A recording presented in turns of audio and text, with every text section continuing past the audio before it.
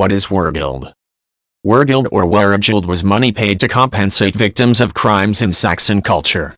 In the case of murder victims, the money was paid to the victim's family or lord. By paying Wergild, guilty parties could discharge any obligations related to the crime and the matter would be considered settled. Under Saxon law, the amount of Wergild paid varied depending on the victim's social status and the nature of the crime. Money was generally paid for murders, serious injuries, and major property theft. The system became quite complicated over time, providing interesting insights into how people and goods were valued in Saxon culture. When the culprit of a crime was identified, that individual would be offered an opportunity to pay Wergild in an amount determined by the code.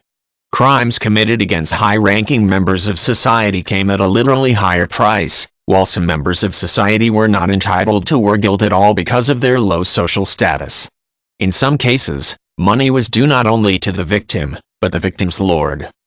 If the guilty individual could not pay the money or refused to pay, the family of the victim had the right to retaliate. This right was often an obligation, as people could not allow crimes to go unremarked or unpunished. In many cases, this devolved into a blood feud spanning multiple generations as families took vengeance on each other and awaited vengeance for their actions. This term, which translates as mangold, reflected important concepts and values in Saxon society.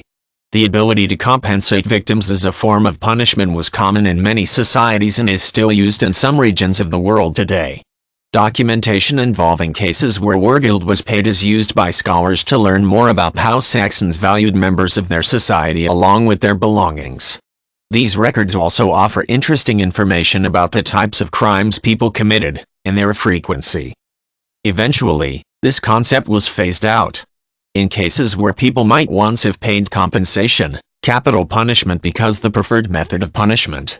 In many instances, societies adopted the practice of both compensation and capital punishment, as seen in medieval England where people who committed certain crimes could have their property confiscated by the crown in addition to being sentenced to death. Not incidentally, this allowed the crown to concentrate power and wealth in addition to providing a strong disincentive for engaging in crimes like treason, where forfeiture of all assets was an automatic punishment. Even if people were willing to face the death penalty, most were reluctant to leave their families destitute.